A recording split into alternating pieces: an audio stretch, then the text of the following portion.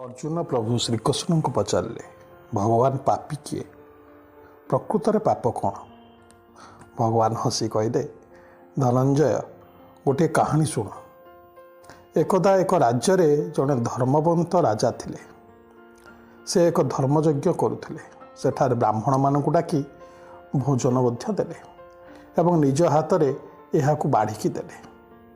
किंतु सेतिकी बेले आकाश में गोटे चिल गोटे मृत साप को धरी जाऊला। से समय अजणातार किसी सर्पर विष ब्राह्मण भोजन में पड़ा।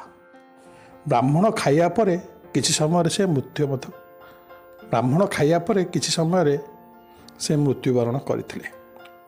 यह सब स्वर्गरु जमराज देखुले। तेबे से विचार कले प्रकृत दोषी किए, से राजा जी अजणातार भोजन देले ना से चिल जी निज भोजन पाई तार खाद्य को नौथला, ना से सर्प जी मृत थिला। समय व्यतीत हैला किंतु कौनसी विचार हो पारलानी। किछि दिन परे एक महिला से रास्ता रे जाउथिले।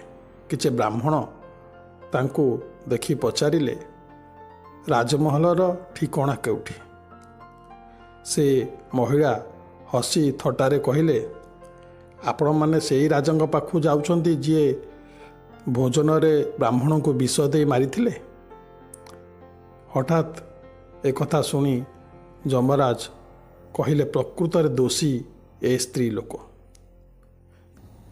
किंतु जमदूत मान आश्चर्य होई पचारले प्रभु ए स्त्री लोक केमिति, ये तो कहार हत्या करी नहीं, ता यह किपरि दोषी हैला, से किपरि दोषी हैला।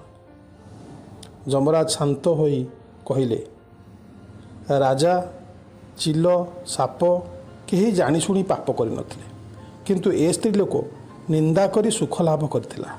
प्रकृत में पापर वास्तविक मंजी यह ही, जहाँ कौन सी लोकर पतन रे अन्य को आनंद मिले ताहा ही प्रकृत में पाप, ताहा ही पापर सेठारे जन्म हुए।